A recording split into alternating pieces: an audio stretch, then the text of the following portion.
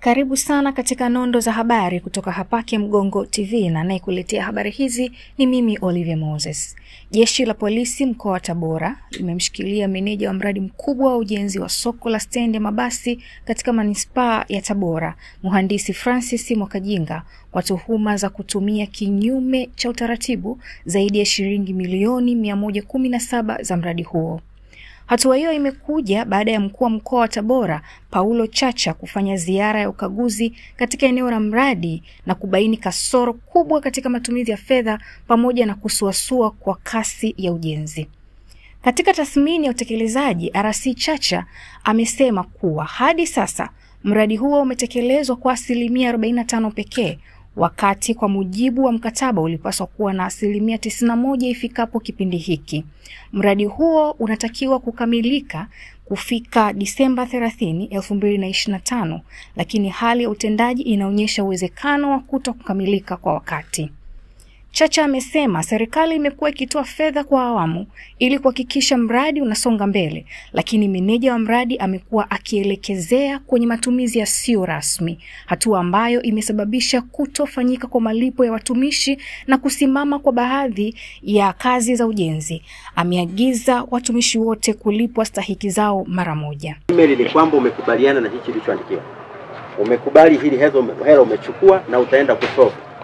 Haiwezekani unaendaje kusolve leo mwezi wa 12 tutakiwa tupate hili soko. Inawezekana kweli wakati mnaanza design maji yalikuwepo, hiyo reconstruct hamna huwezi kuzuia, lakini hiyo tumeizuia.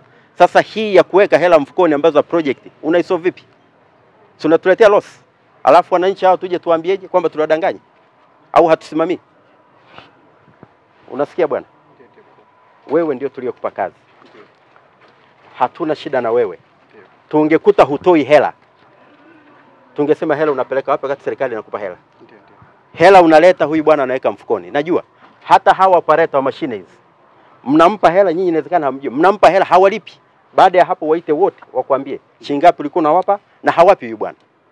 Sijui analewa au ameoa wanawake hapa Tabora, anajua yeye. Lakini mimi ninachotaka kwanza, hizo hela lazima arudisha RPC. Lazima mradi huu hautaki kusimama. Uwezi kwenda uende, manake unaendaje kuomba hizo hela? Hizo certificate unaziraise vipi? Manake utatuambia uongo. Huyu bwana hela hizo zirudi, uzishike cash kabla hujamfukuza kazi, lakini akiwa polisi. Sawa. Mizaha hii project ya ziendi kwa sababu kuvumiliana vitu vidogo hivi. Ni kweli wewe umemwandikia wewe, lakini anajibu simple tu kwamba najua na nitasolve loss hiyo. Ataisolveje? Sangekuja kabidhi bwana hela nilichukua, ni kweli hizi hapa, kazi iendelee. Polisi pale, hela hizo atazitoa polisi pale, alafu tafuta mtu mwenye adabu na akili ya kusimamia mradi mkubwa kama huu. Una mabilioni ya pesa. Hatutaki mizaha hii. Umenielewa? Akiwasilisha ripoti kwa niaba ya mkurugenzi wa manispaa, meneja wa TARURA wilaya ya Tabora, Mhandisi Vincent Manyama, amesema pamoja na changamoto za kifedha, pia mvua za mara kwa mara zimeathiri kasi ya ujenzi, hivyo kuongeza ugumu wa kufikia malengo ya mkataba. Ulinganisho wa maendeleo ya kazi na mpango wa muda uliopita. Mheshimiwa Mkuu wa Mkoa, muda uliopita ni miezi 11 tangu kazi, ambapo ni sawa na 91.6. Kazi za kudumu yani permanent works zilizofanyika bado ni 45% hadi sasa. Kwa hiyo ulinganifu ni 91.6 ya muda uliopita vis-a-vis 45% aliyofikia hadi sasa. Ulinganifu huu hafifu wa maendeleo ya mradi umesababishwa na kukutwa maji mengi kwenye udongo uliobainika kwenye kina kidogo cha ardhi. Udongo ulikuwa dhaifu, ikabidi kurejea usanifu wa misingi design review ili kukidhi uimara wa majengo. Aidha, mkandarasi naye hakuweza kuleta vifaa vya ujenzi kwa wakati kama vile kokoto, nondo, mchanga na kadhalika. Kwa sasa mkandarasi anaendelea na kazi vizuri, ingawa hawezi kumaliza kazi kwa muda wa mwezi mmoja tu uliobakia. Jeshi la polisi linaendelea na uchunguzi wa kina kuhusu tuhuma hizo, na hatua zaidi za kiutawala zinaendelea kuchukuliwa dhidi ya wahusika. Kwa habari nyingi na nyingine nyingi utazipata hapa Mgongo TV. Mpaka wakati mwingine, kwa heri.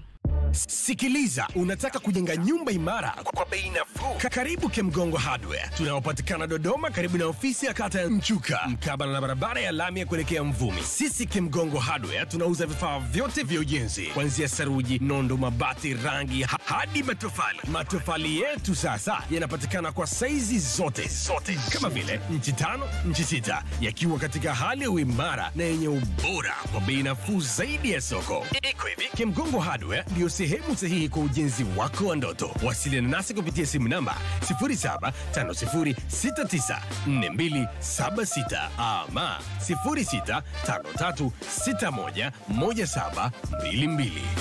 Kemgongo Hardware, karibu ujenge nasi kwa gharama nafuu.